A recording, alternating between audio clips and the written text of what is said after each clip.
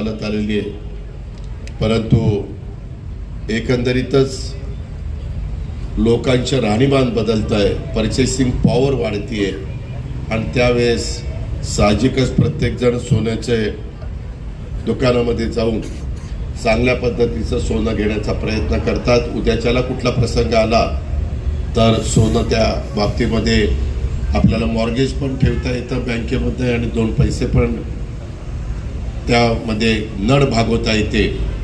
आपल्या इथं काही गोल्डन मॅन म्हणून देखील काहींची ओळख आहे, काहींनी तर सोन्याचे कपडे शिवलेले होते तेही आपण बघितलेले आहेत, पण ते अति होत आहे. आणि माझं पुरुष मंडळींना सांगायचं आहे, तरुणांना सांगायचं आहे की सोनं आपल्या मातेच्या, आपल्या पत्नीच्या, आपल्या बहिणीच्या, लाडक्या मुलीच्या अंगावर शोभून दिसतं, पुरुषांच्या अंगावर सोनं शोभून दिसत नाही. त्याच्यामुळे त्या भानगडीत काही पडू नका. उगीच आपण त्या बैलाला एखादी साखळी घालतो तशा प्रकारच्या साखळ्या सोन्याच्या घालतात आणि येतात समोर.